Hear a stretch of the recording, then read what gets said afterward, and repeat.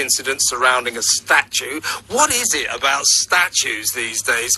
And there's a statue of the famous suffragette Emmeline Pankhurst in Manchester, and the Standing for Women's groups, which campaigns for women's rights, wanted to make speeches around that yesterday. But when they got to the statue, it was surrounded by male trans campaigners who were masked. They looked rather like ninjas. J.K. Rowling said there is no conflict between women's rights and our ideology. To prove it, she was acting like as if she was one of these masked marauders. To prove it, we've dressed up as ninjas to block public access to a statue of a suffragette. We're confident this has done wonders for our cause and definitely isn't an unintentionally hilarious own goal. They certainly do look a bit ridiculous, but let's talk to the Standing for Women organiser of this event, Kelly J. Keane. Hello, Kelly. Hi, good afternoon.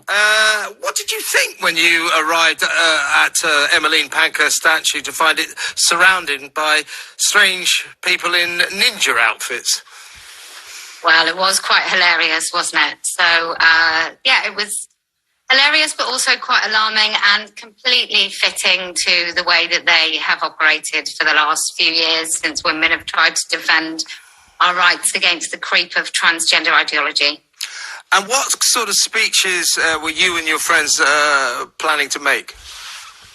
Well, just plain speaking, a man remains a man, born male, grows up to be a man, born female, grows up to be a female, that we don't want this ideology being force-fed to our children in schools, but a safeguarding, general women's rights stuff. And what did these ninja people say to you when you tried to get to the statue? Well, many of them are my biggest fan. So we'd had a chat with the police, who were amazing. Greater Manchester Police went above and beyond to protect women attending these speeches. So we decided to go across the road. That particular incident that you're showing now did involve some violence against a woman, and I'm sad to say that the woman was asked to leave that area. But that was sort of the police's idea, that you just keep the two sets of activists and people completely separate. And what is it that the ninjas so objected to about what you were doing?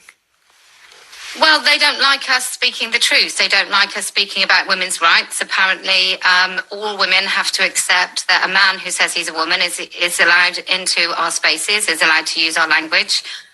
This is something Standing for Women have been campaigning for a long time now.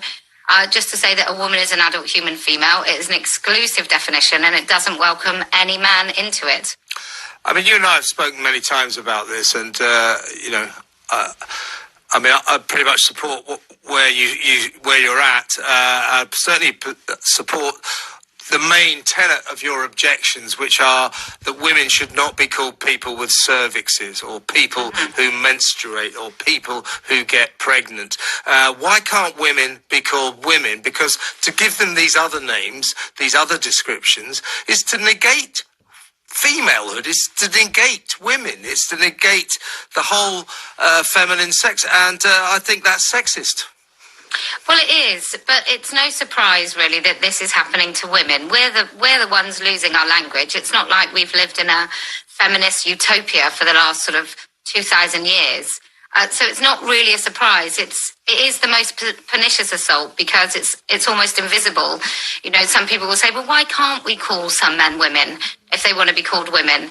And that is the thin end of the wedge argument. And here we are at the fat end of the wedge, that these men basically put a noose around the neck of Emmeline Pankhurst statue and prevented women from going anywhere near it. It was a perfect encapsulation, very good visual for exactly what's going on to women's rights. So I don't mind calling them women, but if that's what they want, as I always say to you, anything that makes you happy in life, if you're not harming anyone else, go right ahead as far as I'm concerned. So I don't mind calling them women, but what I do mind is being told to accept they're biologically female, because they're not. Yeah, I mean, look, you and I probably disagree on this point because I think I know. it does cause harm.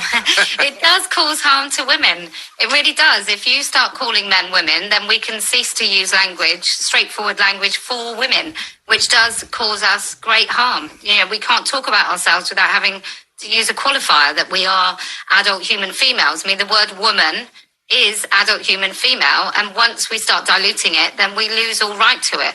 I don't think it has to cause harm to women, as long as it could be approached in a more reasonable way. And if people sort of stopped insisting on calling women people with cervixes, you know, and I include the NHS in that. But it's the extreme way it's approached that I think causes harm to women. I'm assuming, Kelly J, that yesterday's shenanigans will not stop your fight. Oh, goodness, no. I mean, you use the word reasonable. I think that's the crux of the issue, isn't it? We don't find it reasonable that we have to dilute our language at all. We don't find it reasonable that the NHS insist on not recognising women as women, that the government don't recognise women as women, that schools don't recognise girls as girls.